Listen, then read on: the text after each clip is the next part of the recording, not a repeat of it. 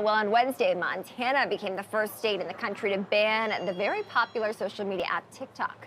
Cheddar News' senior reporter Michelle Castillo joins me with more to explain what it means for residents of Montana, Michelle, and what kind of effect it might have even on the rest of the country. What can you tell us? Hey, Kristen. So Governor Greg Gianforte signed Senate Bill 419 yesterday, so it makes it illegal to use the app in his state. Now, this law, which will go into effect January 2024, will ban any downloads of the app inside Montana.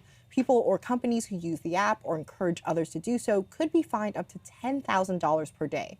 Now, the governor said he wanted to protect residents' private information from being compromised, referencing that the app is being run by Chinese company ByteDance. He added that the Chinese government could theoretically harvest data from American users. So the legislation also points out that TikTok encourages minors to, quote, participate in dangerous activities, and it cited examples of people throwing objects at moving vehicles and overdosing on medication. I spoke with Ashley and Brittany Luley, who live in Montana and currently have over 500,000 followers on TikTok.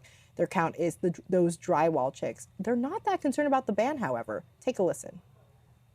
We honestly don't really have a problem with not being able to be on TikTok.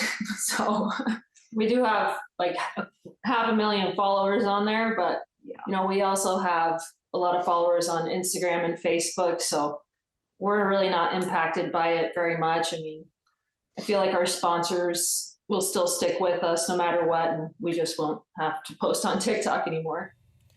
In fact, they said they've been having difficulties using TikTok and find other social platforms like Instagram better for business, despite them having fewer followers there.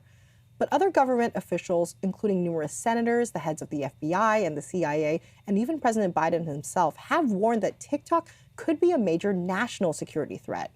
Now, Montana is the first state to ban TikTok, but more than 30 others have put restrictions on the app's use, and that's mostly for government officials at this time. In a statement to Cheddar, a TikTok spokesperson called the move by Governor Gianforte, quote, unlawful. And they added, we want to reassure Montanans that they can continue using TikTok to express themselves, earn a living, and find community as we continue working to defend the rights of our users inside and outside Montana.